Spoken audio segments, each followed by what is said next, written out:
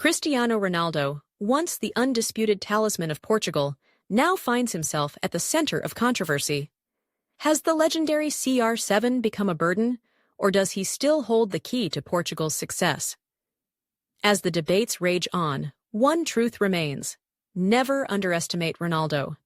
The final answer will be decided on the pitch. Welcome back to my channel. I'm glad to have you here again. Let's dive into today's topic and explore it together. Cristiano Ronaldo has never been a more controversial name in Portugal's national team than he is now. In the past, debates about him revolved around whether he was the greatest player in football history. Today, however, the discourse has shifted. Has Ronaldo become a burden for Portugal?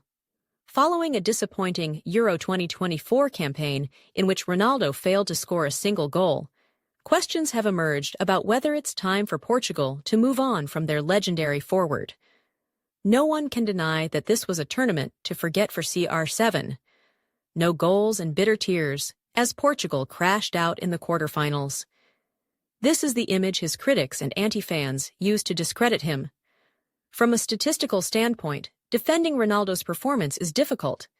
He registered the second most shots in the tournament, 23, trailing only Kylian Mbappé by one attempt. But the crucial difference? Mbappé found the net, while Ronaldo did not. It's not as though Portugal failed to create chances for him. His teammates consistently provided service, hoping he would convert. However, from an uncharacteristic sideways pass, instead of shooting against Turkey, to a sky-high miss in the crucial quarterfinal against France, the harsh reality was clear. Ronaldo no longer possesses the sharpness of his prime.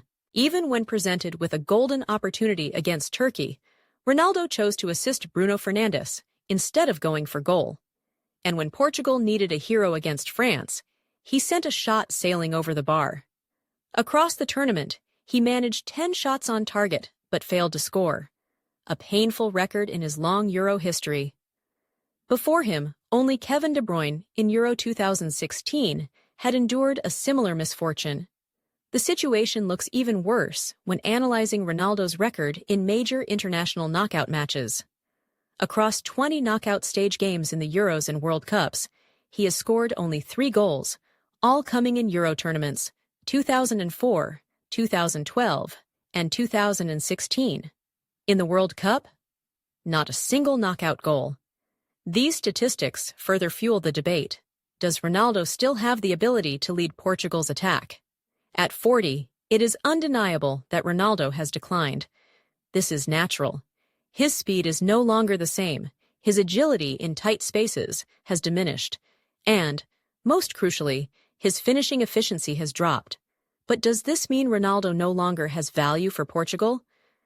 Not necessarily. If deployed in the right role, Portugal can still maximize his experience and leadership.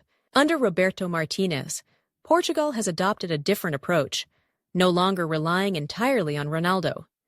The emergence of players like Bruno Fernandes, Gonçalo Ramos, Rafael Leão, and Diogo Jota has provided alternative attacking options. Yet, ironically, despite this wealth of attacking talent, none of them have shown the same level of consistency Ronaldo once delivered. Before dismissing Ronaldo too quickly, one must consider the numbers. He was Portugal's top scorer in the UEFA Nations League this season with 5 goals, trailing only Victor Gyökeres, who scored 6. Even at 40, no Portuguese forward has outperformed him.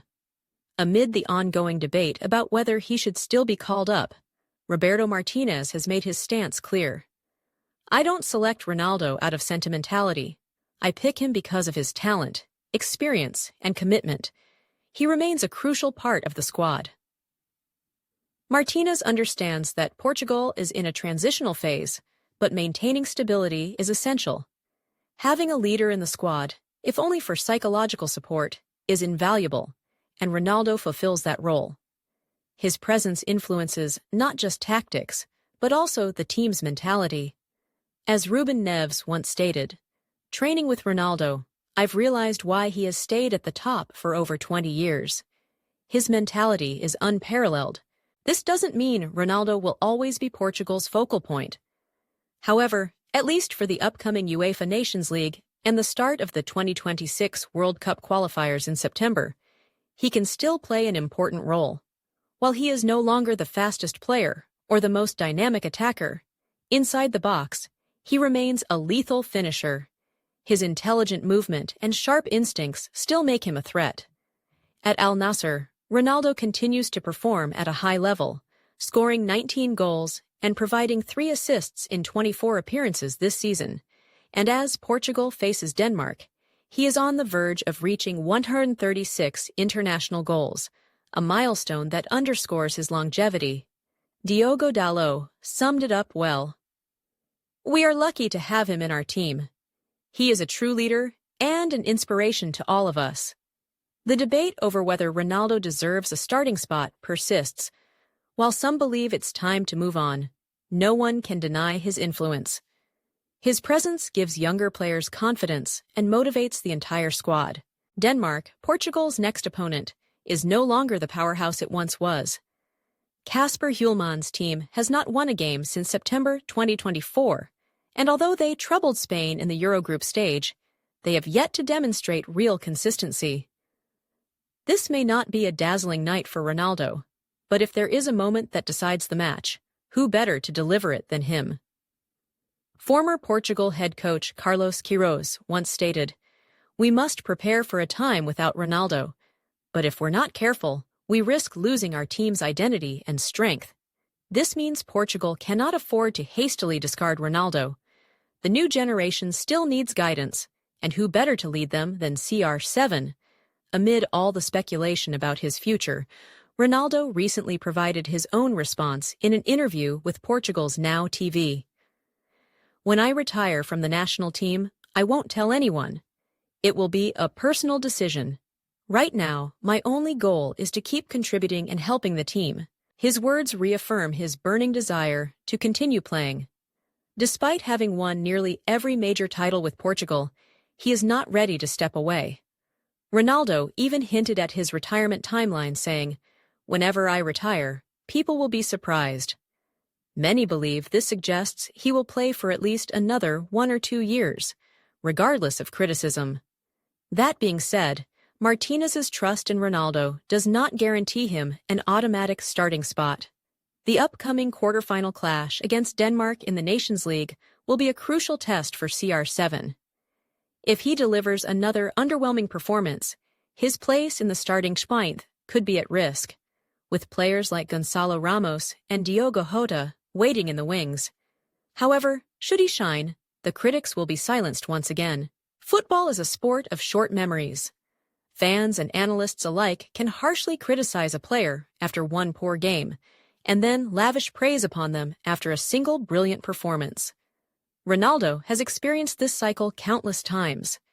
He knows that in football, actions speak louder than words.